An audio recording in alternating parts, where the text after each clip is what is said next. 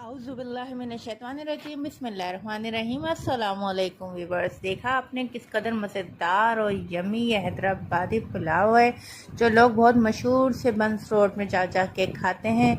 आज इसकी रेसिपी हम आपके साथ शेयर करेंगे और ये बहुत ज़बरदस्त और यमी रेसिपी है।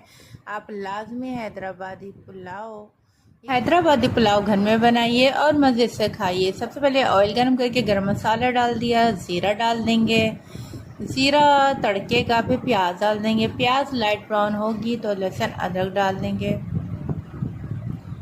2 टीस्पून टमाटर डाल देंगे, नमक डाल देंगे, पिसा हुआ गरम मसाला डाल देंगे, कुटी हुई मिर्चें डाल देंगे और हल्दी डाल देंगे और ये मेन पुलाव मसाला जो है वो डाल देंगे और चावल डाल के इसको अच्छे से दम दे देंगे। हरी मिर्च और पुदीना डाल के जल्दी से वॉच कीजिए हमारी लॉन्ग वीडियो। जज़ाकल्लाह।